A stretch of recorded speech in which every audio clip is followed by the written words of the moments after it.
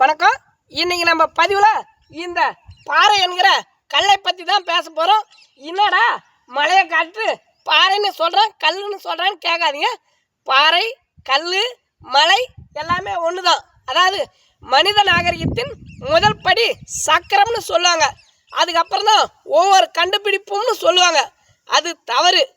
ஆதி மனிதன், ஆடை இல்லாத மனிதன் நாகரிகம் அடைய தொடங்கிய இடம் இந்த பாறை என்கிற கல் தான். ஏன்னா இந்த பாறை என்கிற கல் இந்த மலை மேலே இருந்து உருண்டு வருவதை பார்த்த மனிதன் சக்கரத்தை கண்டுபிடித்தான்.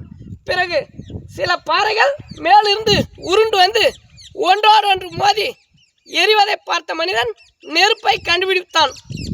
ஆகாயத்தில் இருந்த பறவைகளை பார்த்த மனிதன் விமானத்தை கண்டுபிடித்தான். நிலத்தில் ஊர்ந்த புழுக்களை பார்த்த மனிதன் ரயிலை கண்டுபிடித்தான்.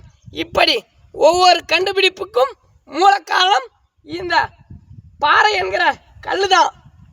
இப்பேற்பட்ட பாறை என்கிற கல்லை தான் பணத்துக்காக பக்கத்து மாநிலத்துக்கு கடத்துறானுங்க சில படுபாவி பசங்க. அவர்களை அடக்குவோம்.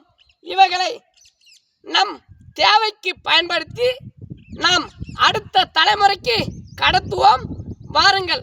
ஆமாம், இளமையில் கல் என்றால் அவ்வை, கல்லாதவரை கல் என்றான் வள்ளுவன்.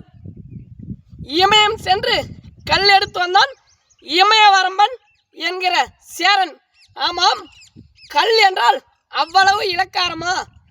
இது எல்லாம் தெரியாமல் ஏன் இருக்கிறாய் இன்னும் இந்த பூமியில் பாரமா?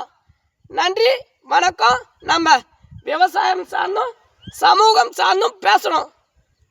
உங்களுக்கு பிடிச்சிருந்தா நம்பூர் நாயகன் யூடியூப் சேனலை சப்ஸ்கிரைப் பண்ணுங்கள். எங்களுக்கு கொஞ்சம் ஆதரவு கொடுங்க. நன்றி, வணக்கம்.